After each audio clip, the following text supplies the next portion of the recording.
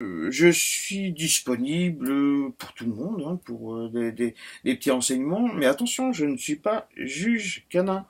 Je suis que éleveur, je ne peux pas juger un chien sur une photo. Souvent, on me contacte pour l'entretien de la fourrure, l'éducation du chien. Je peux pas. Malheureusement, l'éducation du chien, tout dépend de l'éleveur, tout dépend comment il a été élevé avant.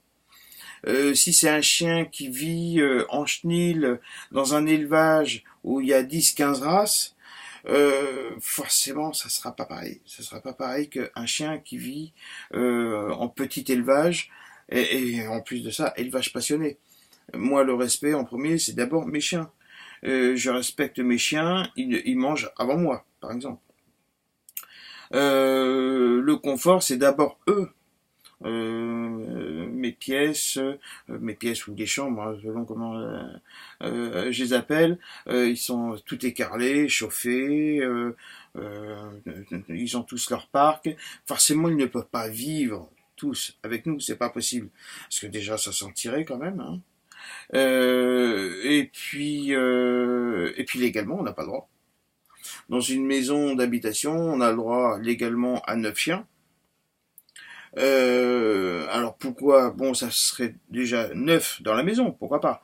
Mais pourquoi que ces 9 là et pas les autres? C'est pas juste. Après, légalement, qu'est-ce que je peux vous dire? Légalement, c'est pareil, numéro de sirette. Il y en a beaucoup qui font passer des annonces avec des numéros de sirette empruntés ou faux, complètement faux, qui ne correspondent pas du tout à leur activité d'élevage canin. C'est très simple, c'est totalement gratuit. Il y a pas mal de moteurs de recherche, par exemple société.com. Vous tapez le numéro de sirette de l'éleveur et vous regardez s'il est bel et bien déclaré comme éleveur canin. Hein. C'est aussi bien parce que si vous achetez un chiot et qu'il meurt même le lendemain de la vente et que l'éleveur n'est pas déclaré éleveur canin, il n'y a aucune garantie. Vous perdez tout. Le... Faut faire très attention, c'est pareil. Il y a des numéros de sirette qui pourrait plus ou moins correspondre à une activité canine.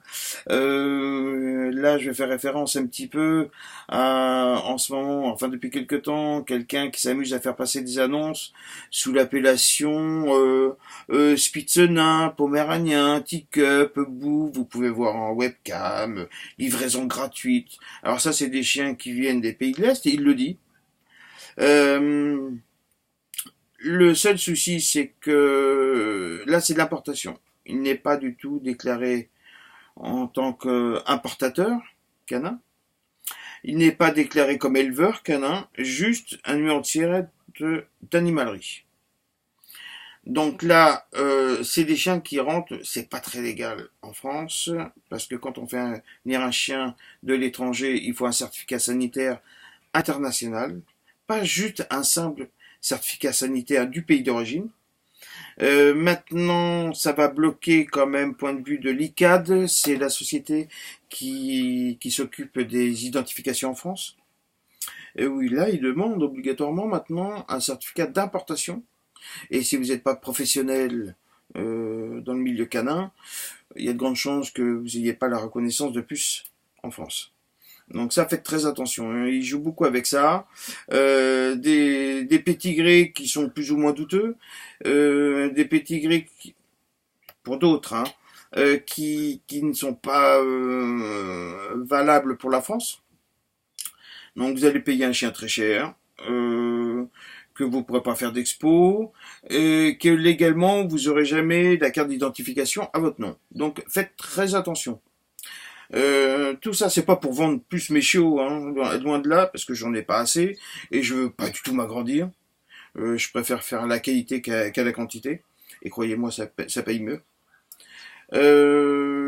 Si vous avez des questions, n'hésitez pas. Hein, vous avez ma page Facebook. Il y a mon site internet également avec mon adresse email. Les contacts, me demander directement en ami sur Facebook, non, parce que ça je préfère le privilégier pour ma famille. et mes proches, mais pour vous donner des conseils ou des renseignements, bon, ok, ça je veux bien. N'essayez pas de m'appeler directement à 10-11 heures le soir, parce que généralement j'éteins le téléphone avant. Mais surtout, réfléchissez bien avant d'acheter un chien de race Spitz allemand, savoir ce que c'est, ses besoins.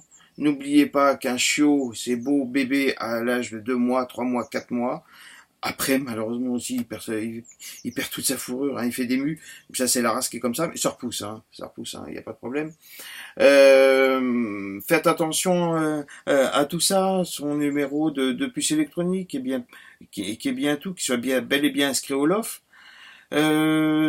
Son passeport, ça c'est pas obligatoire. La vaccination en France n'est pas obligatoire.